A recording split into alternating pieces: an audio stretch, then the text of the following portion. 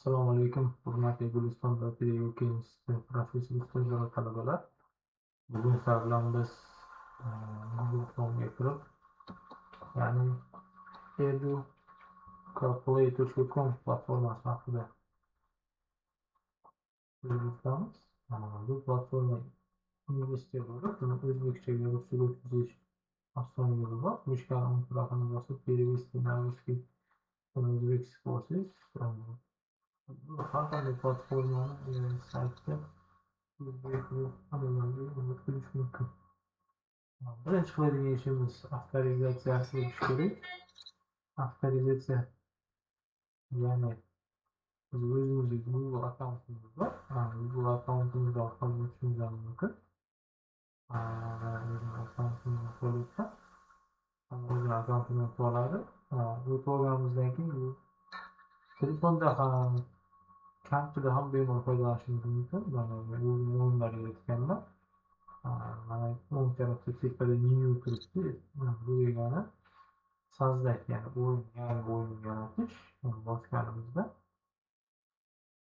kamida 20 taga yaqin o'yinimiz bor. Froggy Jumps'dan quiz o'yin deyapti. Qolganini tekshirib ko'rganimiz yo'q. Bemalol o'zingiz tekshirib ko'rishingiz mumkin.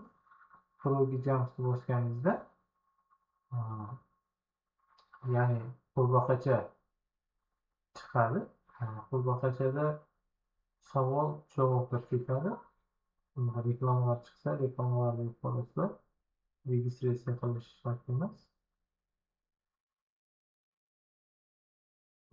Bu mana bu narsa Gmail Intel and I will grade for you for example sun'iy intellekt mavzuni o'zini bersangiz, misol uchun fizik olimlar haqida mavzu berib olsangiz, bu o'zi savollar va javoblar tuzib chiqadi. Sun'iy intellekt bizga hozircha kerak emas, X+ baramizda.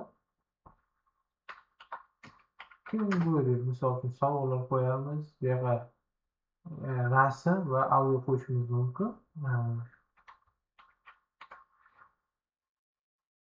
Onlayndan ishlaydi. Buning uchun yozishimizni sirli birdaniga rasmlar kelib chiqyapti.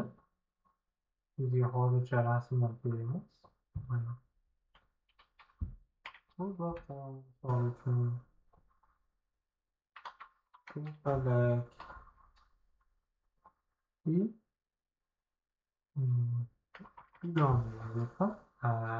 to'g'ri javob belgilash esa qaysi to'g'ri javob bo'lsa, o'shani o'ng tarafdagi xislarni bemalol to'g'rilashingiz mumkin. Eng qulay tarafi buni hozir mana grade'da turibmiz, ya'ni o'zgartirishda preview, ya'ni ko'rishchani bossangiz, o'shani o'zida bitta savolni o'zida, ya'ni o'yin davom etishi mumkin.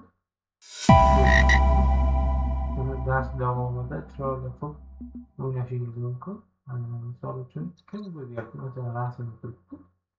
Rasm ko'rishchani qo'ydik. Ilon qurbaqa, qurbaqada esa to'g'ri belgimizni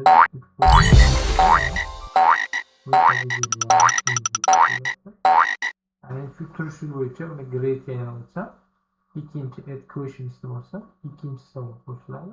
Bu shunday bog'liqda qo'shib ketishimiz mumkin.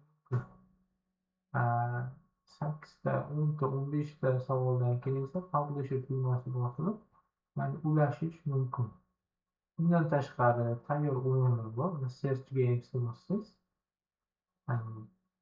Shu internetda boshqa o'yinlar yaratgan kelib chiqadi. Chap tarafda esa filtr bo'lib turibdi. İngilizcani ruschaga o'tkazsak, ya'ni biz tushunadigan o'tkazsak, Qozog'iston Ismoilovna o'yin yaratgan. So'zlarni to'g'ri yozish bu asosan